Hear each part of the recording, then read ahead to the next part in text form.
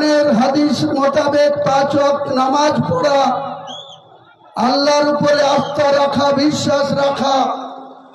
তাই সেদিন গুজরাটে যে দাঙ্গা হয়েছিল, এই ভারতবর্ষের প্রধানমন্ত্রী নরেন্দ্র দাস মোদী সেদিন গুজরাটে নেতৃত্ব দিয়ে হিন্দুত্ব প্রতিষ্ঠা করতে গিয়ে মুসলমানদের নির্বিচারে সেদিন হত্যা হতে হয়েছিল, খুন হতে হয়েছিল।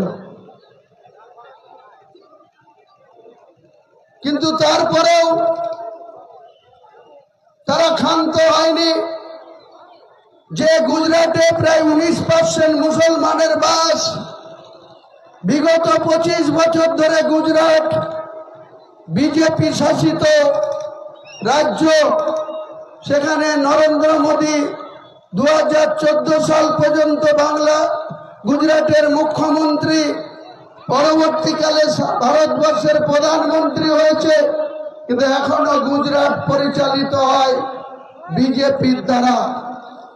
কিন্তু তবুও বলবো 2000 মুসলমান শহীদ হয়েছে সেদিন, তবুও গুজরাটের মুসলমানরা এখনো মেরুদণ্ড সোজা করে অর্থনৈতিক দিক থেকে শক্তিশালী হয়ে 19% গুজরাটের মুসলমানের মধ্যে 8% মুসলমান সরকারি চাকরি করে। আর যে মমতা বন্দ্যোপাধ্যায় 2011 সালের 13 মে 34.5 বছরের বাম সরকারের বিরোধিতা করে বাংলার মানুষ যে মমতার উপরে আস্থা রেখে তাকে বাংলার অগ্নিকন্যা মেনে, তাকে বাংলার সততার প্রতীক মেনে, তাকে মেহনতি মানুষ, গরিব মানুষের নেত্রী মেনে সেদিন যাকে ক্ষমতায় বসিয়েছিল, তার মেন কৃতিত্ব দাবি করতে পারে বাংলার 4,26,00,000 মুসলমান।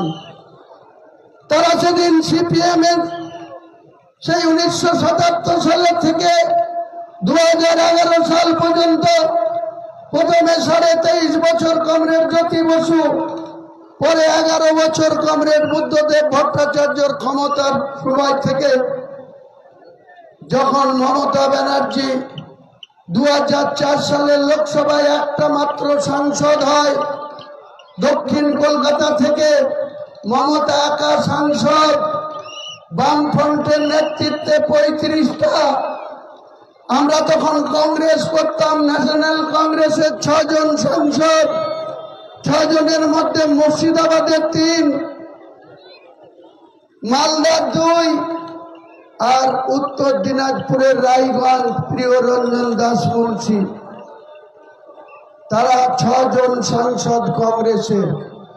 যে মুর্শিদাবাদ প্রায় 70% মুসলমানের জেলা, ভারতবর্ষের কাশ্মীরের অনন্তনাগ জেলার পরে ভারতবর্ষের যতগুলি মুসলিম অধ্যুষিত জেলা আছে তার মধ্যে কাশ্মীরের অনন্তনাগ হচ্ছে 1 নম্বর।